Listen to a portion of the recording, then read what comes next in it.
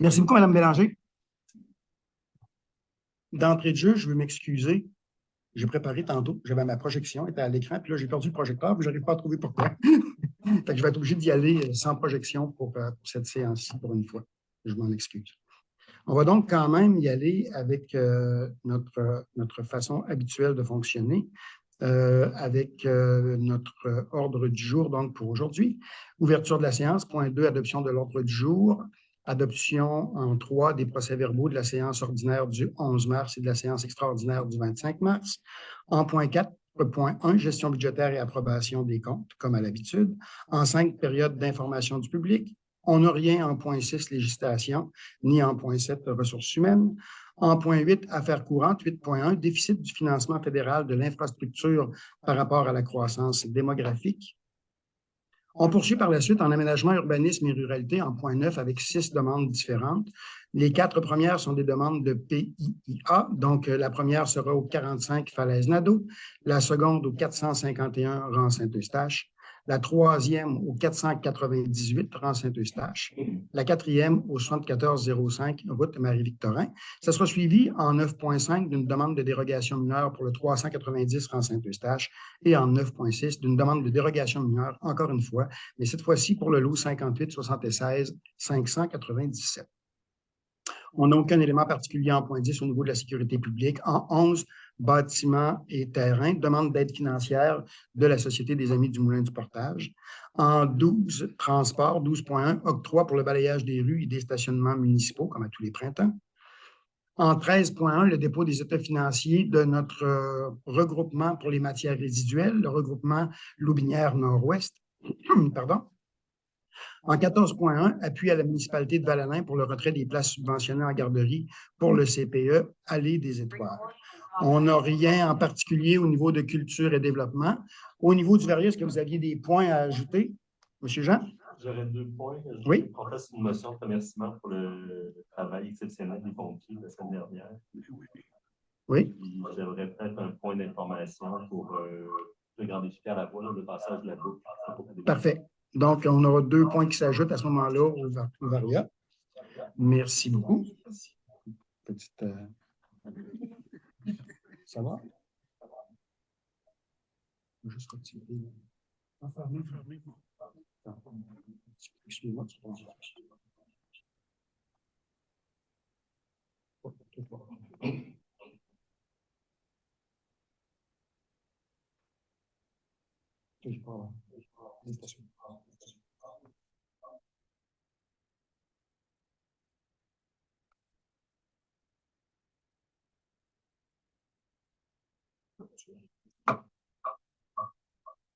On va régler le petit problème.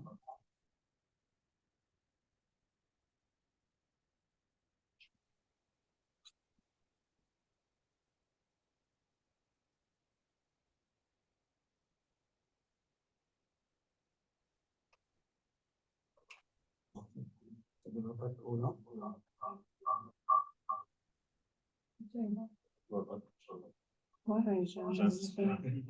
Si tu veux continuer, je vais faire des supports techniques. Vas-y, Philippe, merci beaucoup.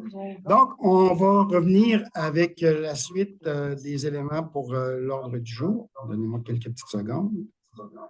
Oui, voilà. Donc, on est rendu à l'adoption du procès-verbal de la séance régulière, non, proposeur secondaire pour l'ordre du jour, proposé par Sylvain, appuyé de Pierre. Ça va pour tout le monde? Merci beaucoup. Et on poursuit maintenant avec l'adoption du procès-verbal de la séance régulière du 11 mars 2024. Vous avez pu en prendre connaissance. Aviez-vous des questions, des commentaires ou des modifications à apporter? Sinon, proposeur secondaire, s'il vous plaît. Robert et Nadine, ça va pour tout le monde? Superbe. Et maintenant, pour l'adoption du procès-verbal de la séance extraordinaire du 25 mars 2024, toujours même chose. Commentaires ou autres modifications, sinon proposeur secondaire, s'il vous plaît, Marin et Sylvain. Merci beaucoup pour tout le monde. Et on est rendu en 4.1 pour la gestion budgétaire et l'approbation des comptes.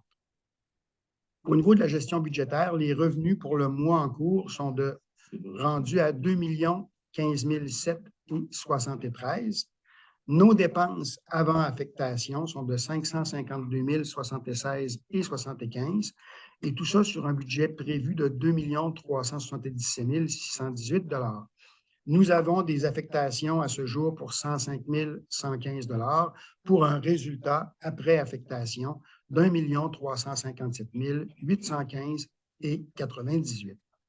L'approbation des comptes au 3 avril dernier, les comptes soumis pour la période 3 totalisent 133 572 $ et les comptes soumis pour la période 4 totalisent 79 408 et 90 à ce jour. Les salaires de la dernière période étaient de 31 307 et 66.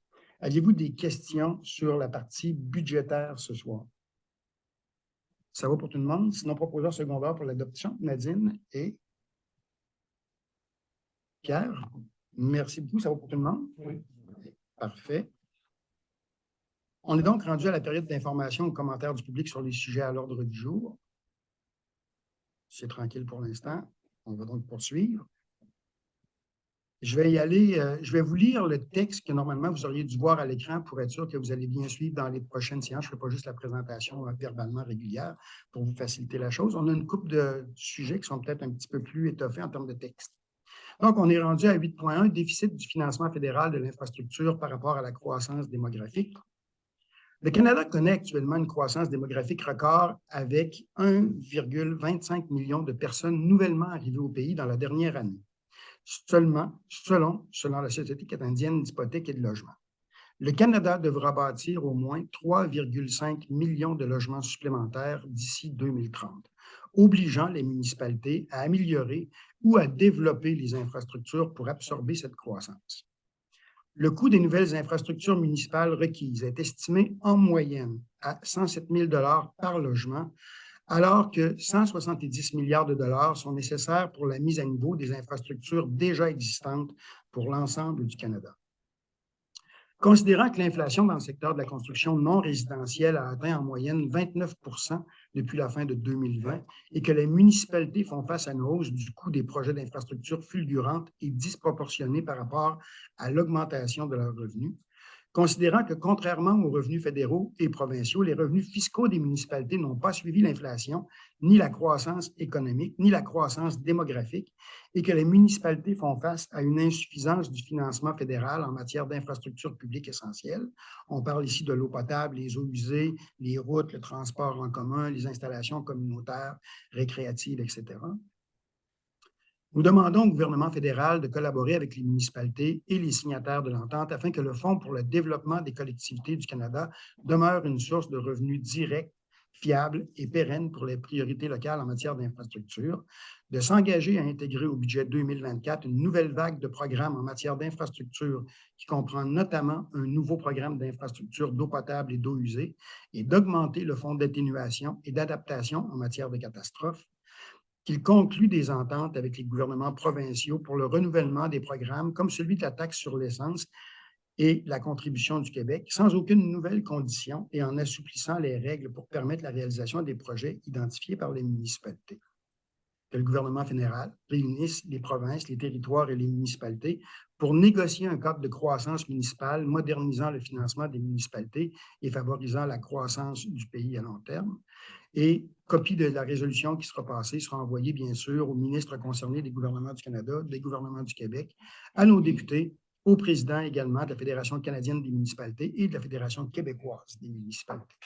En bref, qu'on vient de dire, on dit depuis longtemps que dans le monde municipal, notre structure de financement ne convient plus à la réalité. Donc, on demande de revoir un peu cette structure-là, puis d'améliorer le support au niveau des municipalités pour pouvoir faire face à des hausses de services qui seront incontournables, auxquels on devra faire face dans les prochaines années. Je ne sais pas si vous aviez des questions ou des commentaires particuliers. Cette résolution-là va être passée par à peu près l'ensemble des municipalités et des MRC pour mettre pression sur les gouvernements. Donc, si vous n'avez pas de questions ou de commentaires proposés par Philippe, appuyé de Marin, ça va pour tout le monde? Oui. Merci beaucoup. On va poursuivre maintenant avec les aménagements urbanisme en 9.1, une demande d'approbation de PIA au 45 Falaise-Nadeau. C'est la construction d'une résidence à un étage et d'un garage détaché, bâtiment principal de 12,5 mètres par 8,5 mètres de hauteur, à mi-toit. Ça va être 4,64 mètres. Toiture à 2 versants en bardeau d'asphalte noir double avec pignon en façade, revêtement en cannexelle vertical noir et bois de grange sur les façades avant et arrière et cannexelle horizontale, bois de grange sur les côtés. La fondation va être en béton coulé et implantation du bâtiment principal à l'extérieur de la bande de protection de la zone inondable. Pour le garage détaché, donc c'est un garage de 6,1 mètres par 7,32 mètres, hauteur à mi-toit de 4,18 mètres. Le revêtement et composantes extérieures sont identiques à celles de la maison.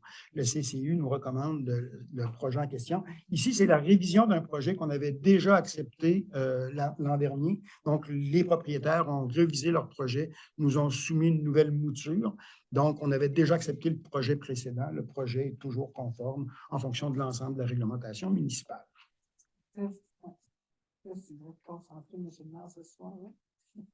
J'essaie.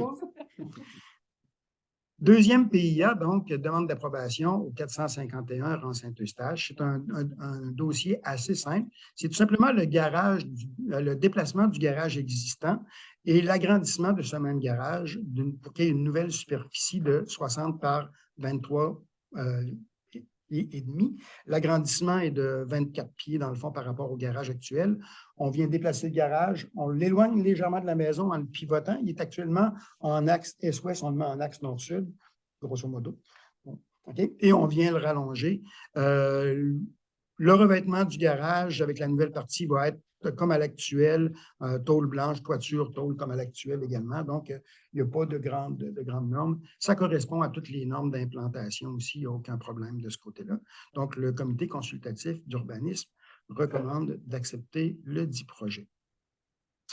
En 9.3, un PIA du 498 rang Saint-Eustache, c'est une maison neuve qui s'est construite il y a quelques années dans le rang Saint-Eustache et on veut venir y ajouter la construction d'un garage annexé à la maison du côté est de la maison.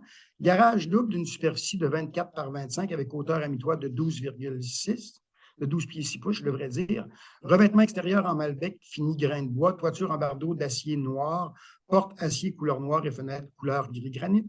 L'ensemble des revêtements extérieurs sont identiques à ceux du bâtiment principal actuellement.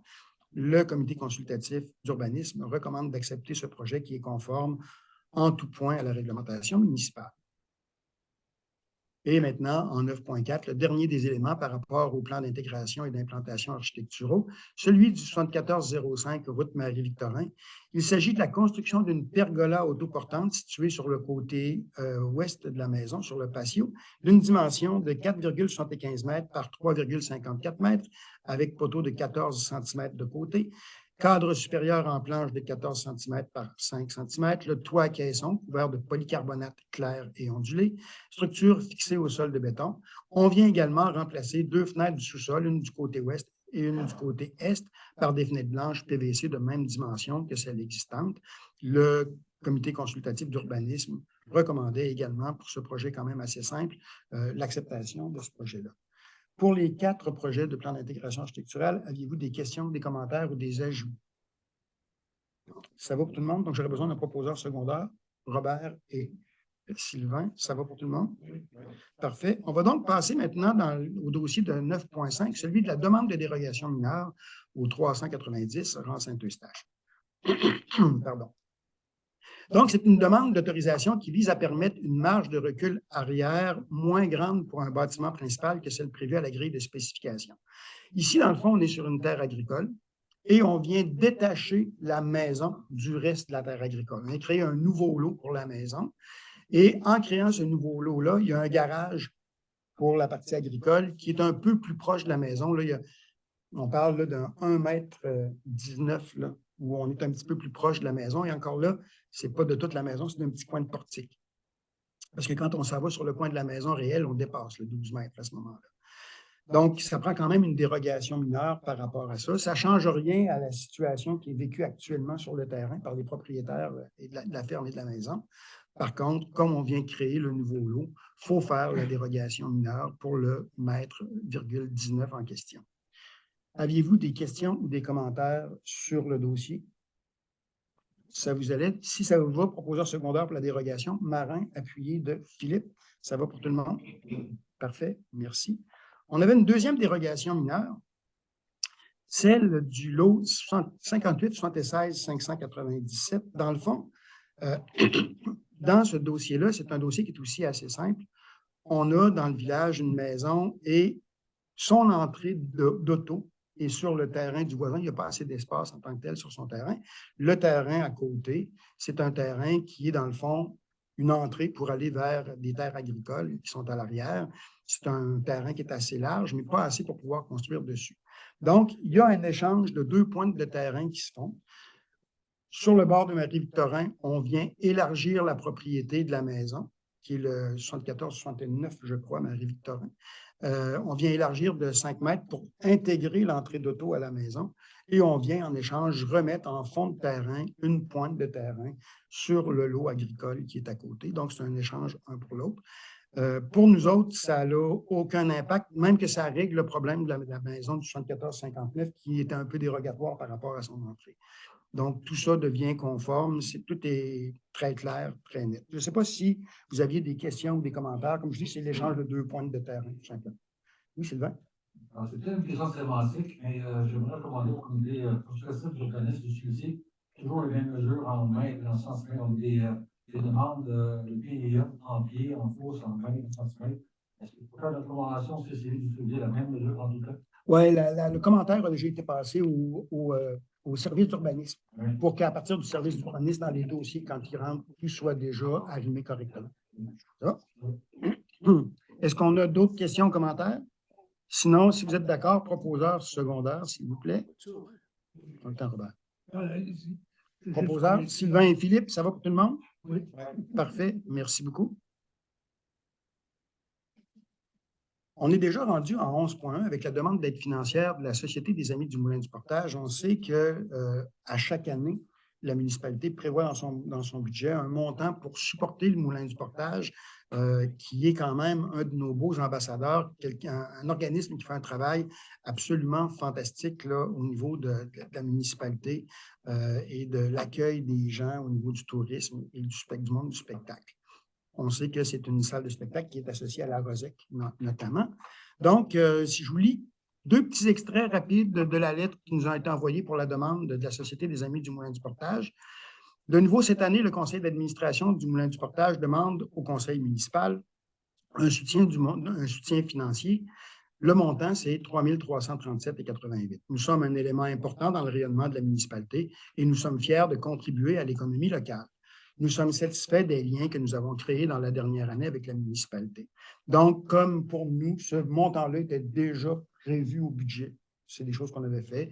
Normalement, on vous recommande tout simplement d'accepter de pouvoir verser l'aide au Moulin du Portage. Sylvain a levé la main pour proposer, appuyé de Pierre. Ça va pour tout le monde? Oui. Parfait, je vous remercie. Et maintenant, en 12.1, octroi pour le balayage des rues et stationnements municipaux. Vous allez voir que tout ça se fait en 2 factures. On a premièrement un balayage de rue avec balai aspirateur. Ça va être la première fois cette année que ça va être utilisé ici à la municipalité. Donc, beaucoup moins de désagréments pour les propriétés en bordure du balayage, moins de poussière créée, etc. Donc, on va faire les travaux en 2 temps. Il y a un premier balayage que j'appellerais un balayage pressant qu'il faut faire suite à l'incendie qui a eu lieu au coin de la rue Joly. Donc, rue Joly, rue Fauché, il faut nettoyer le plus rapidement possible de ce côté-là.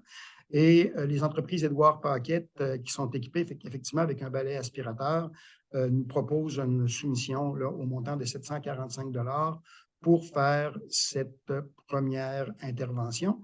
Puis, ce sera suivi un petit peu plus tard au printemps du service de balayage de rue selon notre devis régulier, qui ne comprendra pas, bien sûr, la rue Joly et la rue Fauché parce qu'ils ont été faites pour la suite de l'incendie. Et le service de balayage, à ce moment-là, la soumission qui nous est déposée est de 3 990 $. Toujours par les entreprises Édouard Paquette, là, qui est une entreprise de Leclercville.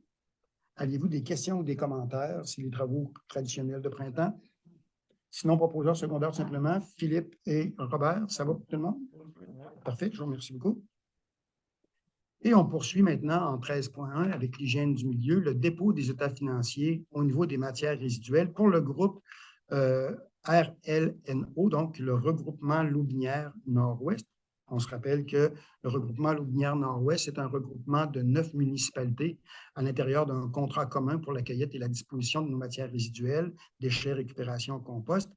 Les états financiers de ce regroupement-là doivent être vérifiés indépendamment de chaque municipalité par une firme comptable reconnue, tout comme les états financiers de chaque municipalité. Les états du RLNO ont été vérifiés par le groupe RDL Thetford Plessis Inc. Les revenus, budget qui était prévu en termes de revenus et dépenses, donc c'était bien sûr avec des budgets zéro, revenus de 1 093 264 et charges de 1 093 264, c'était ce qui était prévu au budget. Ce qui a été réalisé pour 2023, 1 287 429, autant aux revenus qu'aux charges, donc on reste équilibré. Pourquoi plus élevé? Deux raisons principalement. La première raison, c'est l'ajout de portes qui sont effectuées dans l'année, majoritairement à Sainte-Croix, parce que ce contrat-là, c'est le contrat pour les 9 municipalités, ça englobe les 9. Donc, c'est majoritairement à Sainte-Croix, bien sûr, les ouvertures de nouvelles portes, donc nouvelles adresses à aller desservir. Et ça comprend également la partie surcharge de carburant qui vient s'ajouter toujours en fin d'année. Donc, c'est les deux éléments qui amènent la différence au niveau du contrat. On se rappellera qu'en 2022, on était à 1 153 394 $, revenus, dépenses également. Donc, c'est principalement là, entre l'année dernière et cette année, l'impact, c'est surtout les nombres de portes. Là. On avait déjà l'année dernière, au niveau de l'essence, le paiement qui devait être fait. Si on le décortique, ça par municipalité, pour l'intérêt de chacun. Pour Deschaillons, ça veut dire 141 338 $. Pour Fortierville, 82 606. Leclercville, 80 088. À Loubinière, 167 272. Parisville, 73 833. Saint-Antoine, 256 967. Sainte-Croix, pour eux, leur contrat est à 367 485, alors que Sainte-Françoise est à 49 526 et Villeroy à 68 314 pour le total d'1 287 429 dont je vous parlais tout à l'heure. Il nous reste une petite balance de facture à payer sur 2023 pour la municipalité de Loubinière. Cette petite balance de facture-là, c'est 19 964 $ qui se décline en deux montants. Un montant de 9 029 $ pour payer les derniers éléments du contrat. C'est un paiement qui doit être fait pour le 15 mai prochain. Et l'autre montant, c'est un montant de 10 935 $. Ça, c'est la surcharge en carburant qu'on a à payer. On se rappellera qu'en janvier dernier, on a passé ici une résolution. La surcharge en carburant, ce n'est pas un chèque de 10 900 qu'on va donner directement. Godreau Environnement a accepté qu'on paie ce montant-là sur les 12 mois de l'année. Donc, il va être divisé en 12. Si on fait ça vite, ça veut dire un petit peu plus que 910 chez nous. Là. OK? Puis, c'est ce qui va être payé pour la surcharge qui nous reste à rencontrer pour la surcharge de carburant 2023. Ça fait le tour des éléments dépôts financiers pour les matières résiduelles pour le regroupement Loubinière Nord-Ouest. Est-ce que vous aviez des questions ou des commentaires? Madame Bélanger, vous aviez un ajout à faire? Au troisième paragraphe, il y avait un erreur. Je n'ai pas corrigé à l'écran, mais je l'ai corrigé. Dans le deuxième rectangle, c'est juin à décembre 2023 et non janvier à décembre 2023. Dans la résolution même. Parfait. Merci. Donc, ce sera des éléments qui seront modifiés à votre cahier pour les résolutions officielles par la suite. Est-ce que vous aviez des questions, des commentaires par rapport à ça? Sinon, proposeur secondaire, s'il vous plaît, pour appuyer. Philippe et Nadine, ça va pour tout le monde? Oui, super. Et on est rendu en 14.1 avec appui à la municipalité de Val-Alain, retrait de places subventionnées en garderie pour le CPE Allée des Étoiles. Je vais faire comme tout à l'heure, je vais vous lire le texte intégral que vous auriez dû voir normalement à l'écran à l'arrière. Le CPE Allée d'Étoiles est créé à Val-Alain afin de réaliser une demande de place de garde d'enfants au ministère de la Famille. Cette demande s'est effectuée de concert avec le CPE L'Envol, porteur du projet. En août 2021, 29 places sont confirmées par le ministère de la Famille pour le CPE Allée d'Étoiles. En 2022, le CPE Allée d'Étoiles fusionne avec le CPE L'Envol afin de faciliter la progression du dossier. Et en janvier 2024, le CPE L'Envol fait parvenir par courriel à la municipalité de Val-Alain les plans préliminaires du futur bâtiment et signale la tenue d'une rencontre virtuelle le 6 mars pour la suite du projet, pour les suites du projet.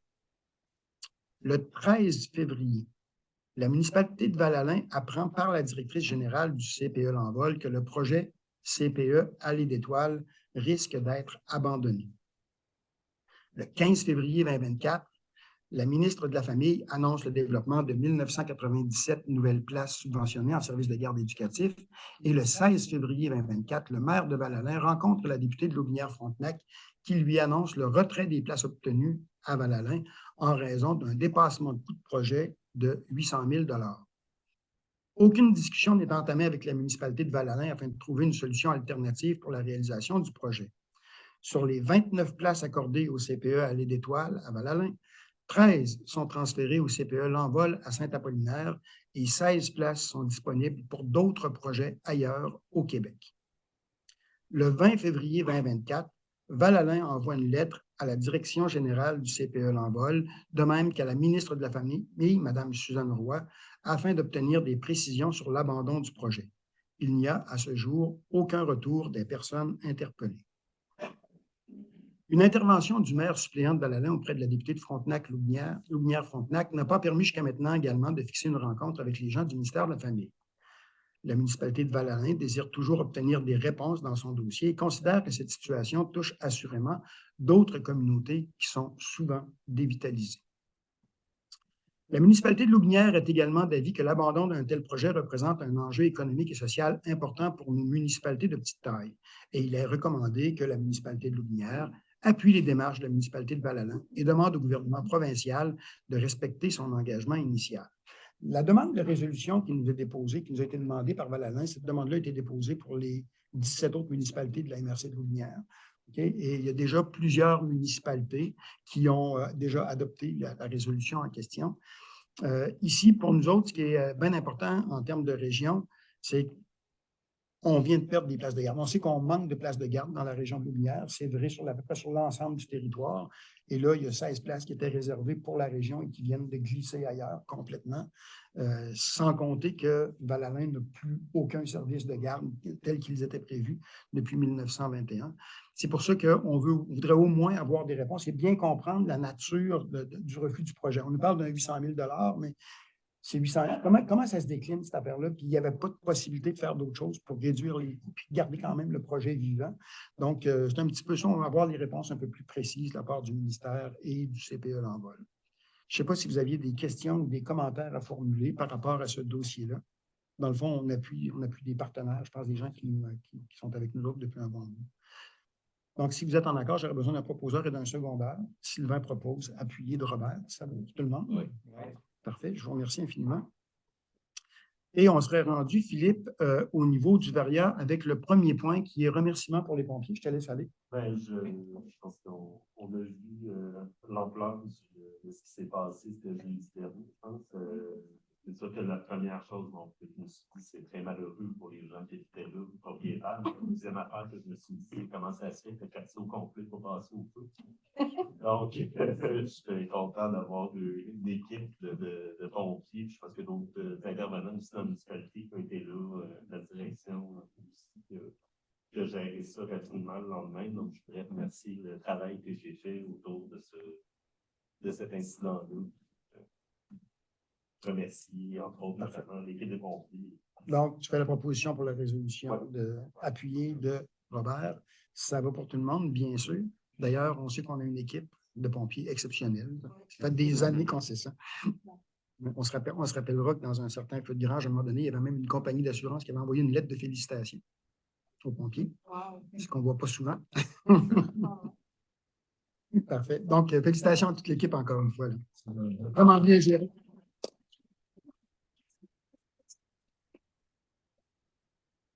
Et on avait un deuxième point au niveau du VARIA à l'ordre du jour qui était le défi Pierre Lavoie. Philippe, je te laisse encore une fois la parole. Oui, donc on en avait parlé dans des précédentes rencontres. Il y a le grand défi Pierre Lavoie organise dans son 1000 km. Il y a une boucle qui se fait qui part généralement avec Port de Québec.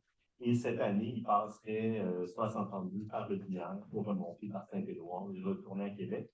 Dans le cadre de ça, on a à fournir des bénévoles aussi pour aider le long du parcours, faire la signalisation, tout ça.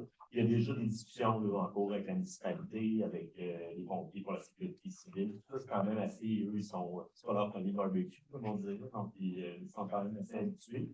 Mais on est en train d'essayer de monter une équipe de bénévoles pour la journée de l'événement. Donc, on voudrait monter une équipe de 16 personnes. Pour l'instant, j'ai moi, puis Maître Saint-Laurent qui donne un coup de main aussi sur ce dossier-là.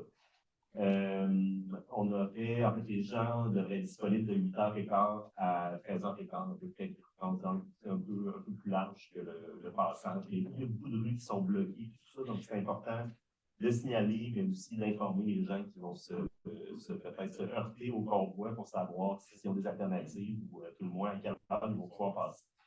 J'aimerais ça aussi, mais là, c'est l'étape 2, être capable d'avoir un peu d'animation le long du trajet. Donc, on est en train de réfléchir avec ma France et des personnes qui vont se joindre à comment on peut faire pour mettre un peu d'animation le long du trajet. Il y a beaucoup de municipalités où il y a des gens qui vont venir avec des tracteurs. Je sais que c'est le temps des foins, ça va être difficile, mais je sais que ça s'est fait ailleurs, ou des gens avec des instruments de musique, des banderoles. Donc, tout ça est un peu à réfléchir. Donc, s'il y en a qui sont intéressés parmi vous à être là, soit s'impliquer un peu en amont aussi pour qu'on réfléchisse à l'animation ou simplement être disponible pour la journée même, vous pouvez me contacter avec mon courriel municipal que j'oublie à chaque fois. Siège 3, @ municipalité-lobinière.com. Puis laissez votre Laissez nom, par cœur. on va vous contacter pour organiser une petite rencontre de travailler. Parfait. Nadine? Peux-tu répéter les heures, s'il te plaît? Et c'est entre 8h15 et 13h15. 13h15. On va évidemment, tout le monde, il y a beaucoup de gens qui ont des questions sur savoir présenter quoi, c'est quoi les rues qui vont être bloquées, tout ça. On va communiquer là, dans les prochains mois, puis on va se rapprocher via les canaux municipaux. Comme pour le feu d'artifice, on va avoir un peu une équivalence de recevoir aujourd'hui ou hier la feuille explicative. On va faire un peu la même chose pour les membres de la communauté ici, que vous soyez au courant. C'est quand même une bonne fourchette d'heure où disons que vous habitez sur le rang Saint-Eustache, ça va peut-être limiter vos déplacements. Donc, on va essayer de tenir tout le monde au courant. Voilà. Vous avez des questions? Parfait. Envie de vous impliquer? J'attends de vos nouvelles. Parfait. Merci beaucoup, Philippe. Oui, Pierre? Habituellement, il y a toujours aussi des prix qui sont remis aux municipalités, la municipalité la plus accueillante. Oui. Oui. Long du parcours. C'est des prix quand même intéressants. C'est un prix de 10 000 10 000 qui est remis à la municipalité. Oui, ça peut être intéressant. Ça peut être intéressant. Parfait. Ben non. C'est pour l'honneur. Parfait. L'argent, c'est pas le bonheur, mais rendre malheur. Merci. Merci beaucoup, Philippe. Donc, c'était le dernier point au niveau du VARIA pour ce soir. On est donc rendu à la période de questions du public. Donc, est-ce que... Madame Isabelle, pour commencer. Savoir pour le balayage, j'ai vu, ça compte-tu la compte la compte de...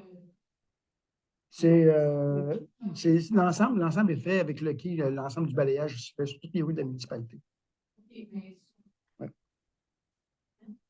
Oui, monsieur. Je voulais savoir, mon nettoyer la devanture de ma maison, tellement qu'ils ont lancé de garnottes cette soir, parce qu'il y en a plus sur mon terrain qu'il y en a sur le bord de la rue. Oui, ça, on est pareil. On est tous pareils par rapport à ça.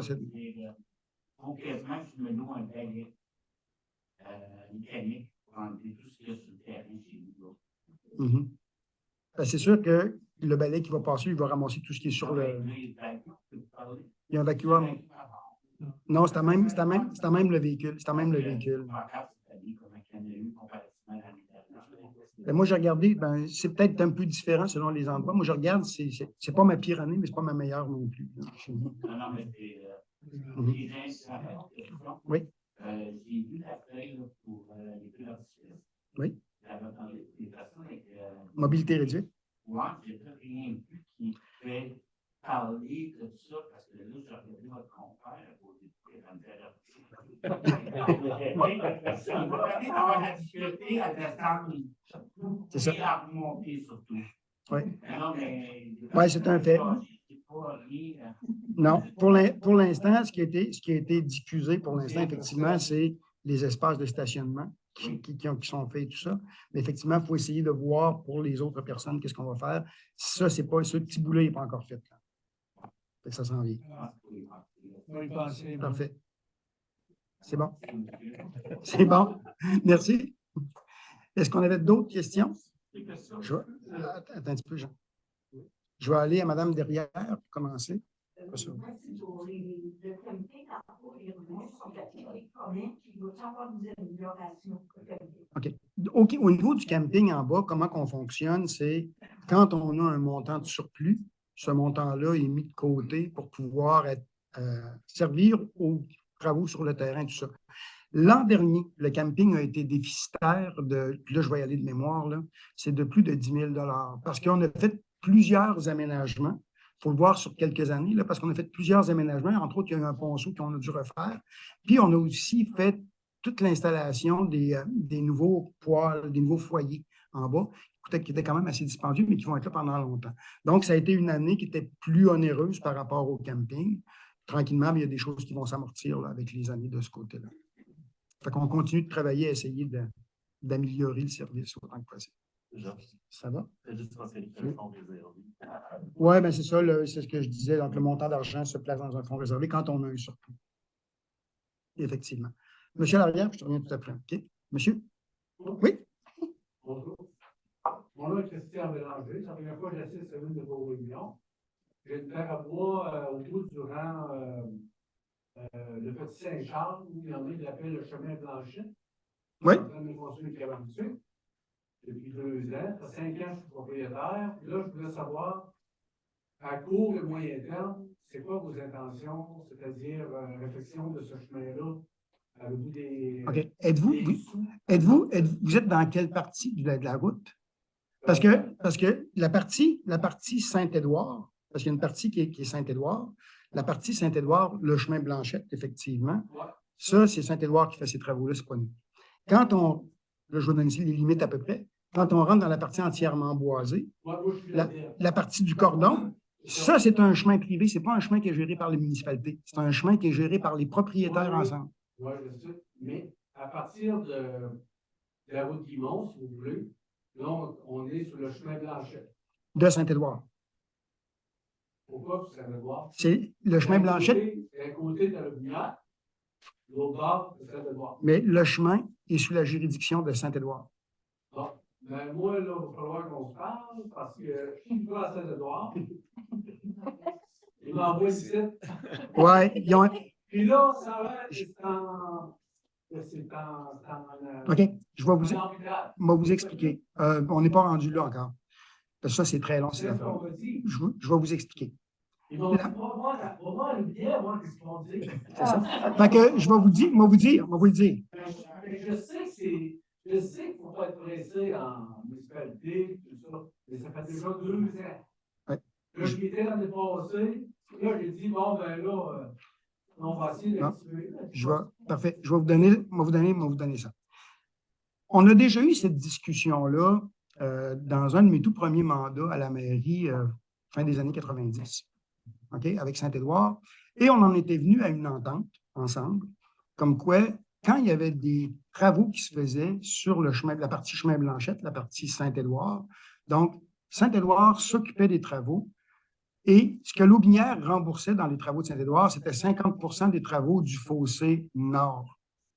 Ça, il y avait une entente entre les deux municipalités qui a été prise et qui n'a jamais été renégociée. Saint-Édouard nous est arrivé il y a 1 an et demi à peu près, je vais de mémoire à peu près, là, 1 an et demi, peut-être un peu plus. Ils nous sont arrivés en disant ce chemin-là appartient à l'Aubinière, puis c'est à vous autres de payer. En fait, comme non, ça ne marche pas comme ça. On a déjà une entente qui a été prise il y a quelques années. Et effectivement, le ministère a été saisi. Mais comme vous dites, ça ne va pas vite quand on rentre au ministère. Là, ils sont encore à l'étape où ils sont à regarder un peu, là, débroussailler le terrain. Je ne suis pas sûr que ça va avancer bien vite d'ici l'année prochaine. Mais, je vous le dis, à la fin des années 90, il y a une entente qui a été prise entre les deux municipalités. Saint-Édouard est responsable des travaux. L'Aubinière paye 50 du fossé nord. Là, ça fait longtemps qu'il n'a pas été débroussaillé, ce fossé-là, parce que les arbres ont un gros manque. Probablement depuis ce temps-là. Mais je vous donne, mais je vous donne, non, mais je vous donne vraiment l'entente qui avait été faite, l'entente officielle qui a été faite et les dernières démarches. Donc, c'est cette partie-là. Moi, je vais vous expliquer ce qu'ils m'ont dit à faire. Allez-y. Parce que moi, tu sais, je paye des taxes à Télénord, j'en paye à l'Union. Le choix est entre les deux. La loi du gros bon sens, ça serait que. Le chemin est entièrement sur le territoire de Saint-Édouard. Ah ouais? Oui. Mais pourtant, quand je m'en vais dessus, où il y a des ponts, ça va sur les terres de l'Union. Oui, oui, oui. Il peut y avoir des ponts, mais le chemin en lui-même, si on regarde historiquement, dans le fond, ce petit bout-là de Saint-Charles, OK, il appartenait à Loubinière à l'époque. OK? Et à un moment donné, pour différentes raisons, ce tronçon-là, qui était de Saint-Charles, a été pris et a été transféré à Saint-Édouard. Dans le fond, ce qui fait la limite entre les deux, c'est les lignes de l'eau. Okay? Les lignes de l'eau, c'était les lignes de Saint-François. Puis Saint-Charles partait de là. Quand ils ont fait l'assiette de rue, à l'époque, dans les années 1800, là, avec les grands voyers de l'époque, qui appelaient, ils ont pris ce chemin-là sur les lots de Saint-Charles. Ils n'ont pas pris ce chemin-là sur les lots de Saint-François. Donc, quand tout a été transféré, ce terrain-là a été transféré avec, parce qu'il transférait toute la partie Saint-Charles, a été transféré vers Saint-Édouard. Ça, c'est une partie historique, là, mais c'est comme c'est ça. Donc, pour nous, c'est pour ça qu'on dit, nous, on est prêts on n'a pas de problème à payer 50 du fossé parce qu'on dit que le fond du fossé va faire les limites de l'eau, puis on ne s'ostine pas plus que ça, là. Mais le chemin en tant que tel, avec les terres de Saint-Charles, sont du côté de la municipalité de Saint-Édouard. Puis la loi du gros bon sens, des fois, ne pourra pas s'appliquer. À chaque année, les deux municipalités pourraient mettre quelques milliers de dollars pour mettre un peu de gravel. Écoutez, jusqu'à il y a une couple d'années, Saint-Édouard a toujours fait son entretien de cette route-là. C'est nouveau qu'on nous demande de le faire. Parce que ça n'a jamais posé de problème avant. Ça leur appartenait, puis ils faisaient leur bout. Je vais y retourner, ça. Il n'y a pas de problème. Je vous souhaite bien du pied. Ça me fait plaisir. Monsieur, ici? Moi, je voudrais, comme Philippe, remercier les premiers répondants. Je n'ai pas compris parce que c'est les premiers répondants. C'est des pompiers. Oui. Comme Philippe disait, il est surpris pourquoi ça n'a pas coulé. C'est parce que les gens ont une excellente formation. Moi, j'ai juste vu une vidéo. On appelle ça sécuriser. On laisse brûler le feu, on sécurise le feu partout. C'est ce qui est arrivé. Et puis, quand il y a un feu de maison, vous savez ça, Okay. Quand il y a un feu de maison, c'est ce qu'il y a de plus dangereux. Ça, c'est pas vrai. C'est bon. Ce qu'il y a de plus dangereux. Il va y avoir des bonbons de campagne, il va y avoir toutes sortes de choses. C'est pour ça que je remercie le pompier et ses hommes. Tu n'avais pas de question en tant que telle? Oui. Oui. C'est bon. Vas-y, mon Jean. Est-ce qu'on va réparer l'asphalte justement pour le défi de la voie? Parce qu'il y a de l'asphalte là, dans le village, là, ça fait dur en tabarouette. Puis un petit peu sur la 132, je ne sais pas si on va pouvoir faire des pressions, là, mais c'est ça. Sur la 132, c'est le défi Pierre Lavoie qui fait ses propres pressions sur le ministère, puis ils sont plus pesants que nous autres. Ça, je peux vous en passer un papier. Mais nous, nous, le nettoyage va être fait. Nous, les rues qui sont pour nous autres à Loubinière, dans le fond, quand on laisse la 132, le seul bout de rue qu'on a à utiliser dans le cadre du défi Pierre Lavoie, c'est la route commerciale, en partant du coin de la route, aller jusqu'à la limite de Saint-Édouard. C'est ce tronçon-là qui est quand même... Ça veut dire que dans le village, c'est la voirie qui s'occupe de ça. Sur la 132, c'est la voirie. Oui, c'est le ministère des Transports. Ça fait que, suite à ça, sur la commerciale, pas que les cyclistes se peut-être est-ce qu'on va avoir des lignes? Les demandes, on est en train de préparer les demandes de soumission pour le lignage et pour le rapiècement qu'on doit faire là, pour cette année. Donc, c'est des choses qui sont en cours de préparation. Ça va? Pour le 300e, est-ce que la municipalité, ici, le bureau municipal, est-ce qu'on pourrait décorer un peu, montrer qu'il y a de la vie? Tu sais, nous autres, on a commencé, certains citoyens ont fait l'éclairage de la maison en bleu et vert, comme on nous avait demandé. D'autres petites choses, on nous a fait une bière, 300 siècles. Ça, c'est pas primaire. On boit, et on fait la tête. Et puis des t-shirts, c'est correct, c'est correct. Mais je me souviens, lorsqu'on a introduit le logo de la municipalité, au Mont-Bredange, on avait fait des petits porte-clés. On avait fait toutes sortes de petites choses qui étaient le fun à avoir. Venez encore mon porte-clés de la municipalité. Des plaques, des licences, pour avoir un sentiment d'appartenance un petit peu. Là, on ne semble pas en avoir.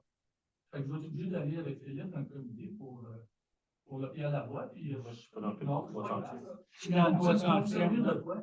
Le Pierre Lavoie. J'aime pas. OK. C'est bon. Donc, ouais, fait que pour répondre à ta question, actuellement, on n'a pas encore planifié d'éléments comme des épinglettes spéciales ou des choses comme ça. Ce n'est pas des choses qui sont planifiées actuellement. À l'intérieur de l'ensemble du 300e, il y a des discussions dans le comité, puis tu pourras compléter, Robert, si jamais il y a des éléments. Il y a des discussions qui ont été faites pour effectivement mettre certains éléments décoratifs, fanions ou autres. Là. OK? C'est des choses qui ont été en discussion à l'intérieur du comité. Les seules choses que je peux dire, ça semble bien. Merci beaucoup. Parfait. Ben, merci. Merci. Oui, ça va vite pour tout le monde. Parfait. Monsieur Landry? Non, mais ma question, c'est concernant l'infolette qu'on a reçue cette semaine, puis le document qu'on a reçu à la poste, concernant la nouvelle rubrique, question-réponse. La question que j'ai, moi, est comment ça va fonctionner? Est-ce que je sais qu'il faut envoyer à Info municipalité? Est-ce que c'est public? Est-ce que la question va devenir publique? Est-ce que la réponse va être publique? Ou ça reste privé? Donc, ça pourrait être important que ce soit. OK. Donc, il faut distinguer deux éléments. Ce qui a été donné dans l'infolette, c'est quelque chose qui va être public. Donc, une personne va poser une question ou puis on va répondre, on prend dans les questions qu'on aura reçues dans le mois, on va en prendre une à laquelle on va répondre. OK? Si on a plusieurs fois la même, il y a des chances que ce soit celle-là qu'on prenne en premier.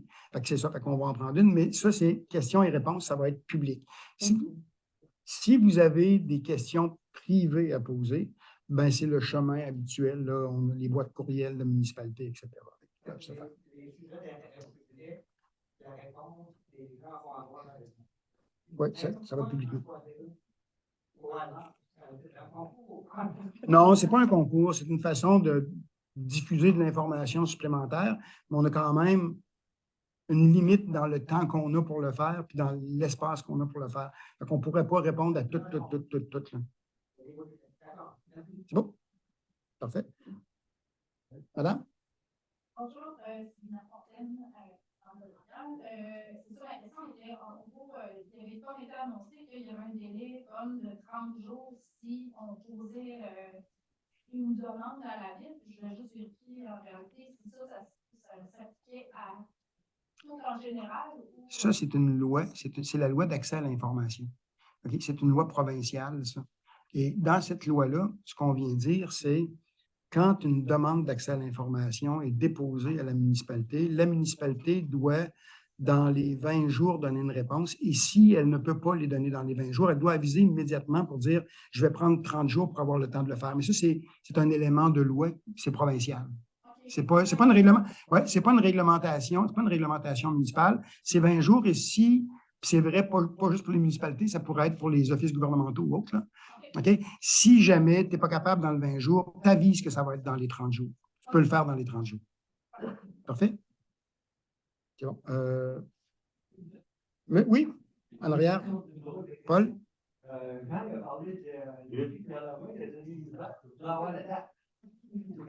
De mémoire, c'est le 15. De mémoire, c'est le 15 juin. Le 15 juin. C'est vraiment une bonne question. Oui. Est-ce que tu avais relevé la main? Oui. On va revenir ici à l'avant, s'il vous plaît. Est-ce qu'on va récupérer nos infos là-bas? Oui, le problème qu'on a, c'est que les mâts qui ont été posés sont posés trop rapprochés les uns des autres et on brise nos drapeaux dans un temps record. Il faut qu'on déplace un mât pour créer l'espace nécessaire puis remettre les drapeaux parce que là, on les brise dans un temps record. Les fouettent les uns sur les autres, là, c'est pas tout. Puis ils se brisent. C'est beau? Bienvenue. Madame Fontaine? Enchérir avec ce que M. Michel a mentionné tout à l'heure pour le 3 centième, est-ce que les affiches aussi de la ville vont être revendées dans les... Oui, c'est prévu. Quand on a fait notre camp triennal d'immobilisation, il était prévu cette année que les grandes affiches d'entrée à la municipalité étaient refaites en neuf pour cette année, là, avec un espace qui est plus. Il y a la partie d'en haut, qui va être l'audière avec le design, puis il y a une partie en bas où on mettait déjà de l'écriture. Elle va être un peu plus grande, justement, pour qu'on puisse afficher des éléments dessus, dont le 300e. Ça, c'est prévu pour. Bien, je ne peux pas vous donner la date, là, mais on le prévoyait pour cette année, là, quand on a fait notre planification. Il faudrait voir dans la planification de travail des gars quand est-ce que les autres l'ont planifié. Ça, je ne le sais pas pour l'instant, je ne m'en rappelle pas. Mais, je ne compterai pas de mentir. Si je peux juste mentionner, c'est quand même pas, on part pas de zéro. L'an passé, le design a été fait. On a même, il y en a peut-être qui l'ont vu, mais sur la commerciale, on en avait installé une pour faire un test d'accrochage, tout ça. Donc, le projet est en mode voie. L'année passée, en fait, il y avait un test d'accrochage. Oui, déjà. Pour la commerciale. L'année passée. Moi, j'ai une entreprise, quand je demande un logo ou une enseigne, ça ne prend pas 6 mois. Non, mais l'an passé, on a fait le design. C'est OK. Ce qu'il faut, on a commandé une pancarte, on l'a installé pour vérifier que l'accrochage était bon. Ce qu'il faut comprendre, c'est ça. On n'a pas fait une demande l'an passé pour savoir si c'était disponible. C'est ça. Ce qu'il faut voir, c'est que dans le fond, le fait de refaire les 3 grandes affiches, ça rentre dans un projet qui est plus vaste, où on refait tout l'affichage de rue et tout ça. Parce que notre affichage de rue, il datait aussi d'il y a plusieurs années. C'était plus très propre. On voyait tout le monde, là, la rouille sur les poteaux. Donc, il y a des séquences qui sont faites. Vous remarquerez quand vous passez dans la municipalité, il y a déjà des poteaux qui ont été faits. Les affiches de rue ont été changées. Les poteaux sont rendus noirs au lieu d'être gris sur ceux-là. Et dans l'échéance qu'on avait fait, on avait prévu sur 4 ans où on faisait le tour de l'ensemble de la municipalité, où on changeait l'ensemble de la civilisation. Dans le fond, on récupère le même matériel, il est enlevé, il est traité, il est repeint. Les affiches de rue sont refaites à neuf et sont remises en place. Donc, c'est vraiment dans un projet qui est plus vaste, qui était déjà planifié sur une période de 4 ans, avec les 3 grandes affiches cette année.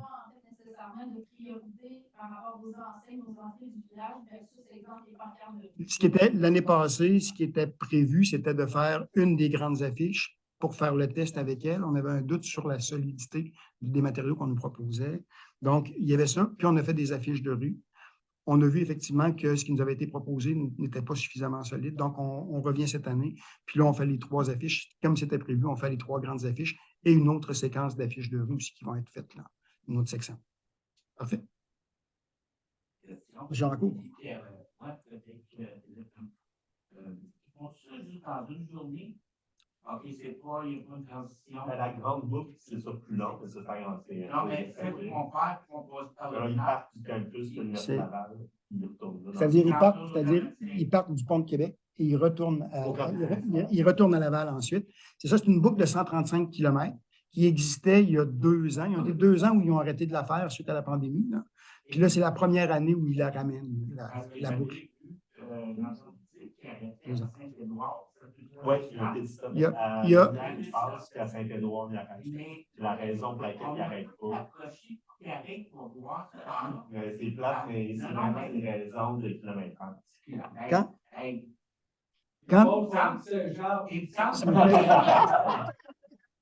S'il vous plaît, tout le monde. Je ne sais pas, là, mais il semble que ça est agréable.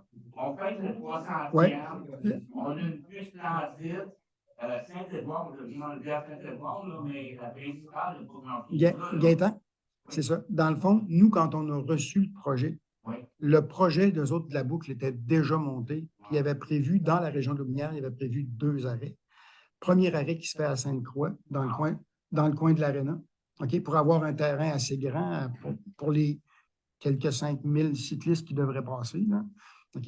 Puis le deuxième était prévu à Saint-Édouard.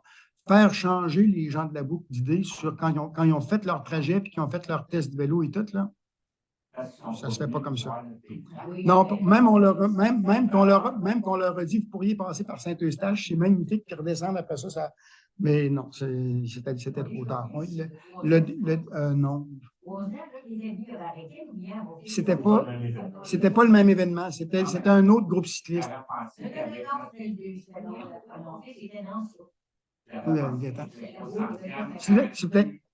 parle un petit peu en même temps parce que c'est après qu'ils vont parler, puis ça, des haïtiens paysages, puis là-bas, Ouais. l'entreprise.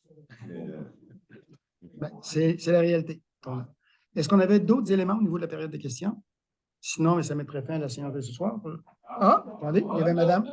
Ah, c'est juste pour le peu, là. Je voulais savoir, là, est-ce que c'est le propriétaire qui va avoir déblayé le terrain aussi pour attendre l'enquête, etc. Ben là, pour l'instant, ils sont dans les démarches d'assurance. Ah, OK. OK? Fait qu'il faut que les démarches d'assurance se fassent dans un premier temps. Ah, bon, c'est OK? tout. Puis ensuite de ça, le propriétaire, l'assurance et la municipalité, ça va, les choses vont se coordonner tout le monde ensemble. Ah, bon. OK, Pour à les partir de gens qui restaient là, j'ai vu de l'aide, et il y avait des gens qui Oui, restaient là. oui. Il y a eu un suivi qui a été fait pour que tout soit correct. Les références ont été faites aux bons endroits. Il faut savoir que quand il y a des éléments de sinistre comme ceux-là, on a quand même une structure à la municipalité qui est faite pour être capable de répondre dans ces cas-là. OK? On a déjà des éléments qui sont prévus par rapport à ça, fait qu'on est capable d'enclencher. Ça va? Parfait. Donc, on serait rendu à la levée de l'Assemblée. Monsieur La Liberté?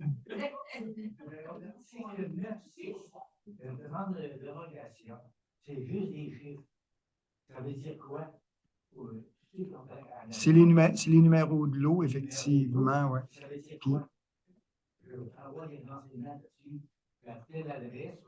Oui, comme j'ai dit tout à l'heure, quand j'ai fait la présentation verbale, la maison, c'était le 74-69, Marie-Victorin, si ma mémoire est bonne.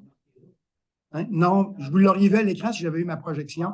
Malheureusement, j'ai eu mon bug que je ne comprends pas parce qu'il était correct, je m'en rends compte.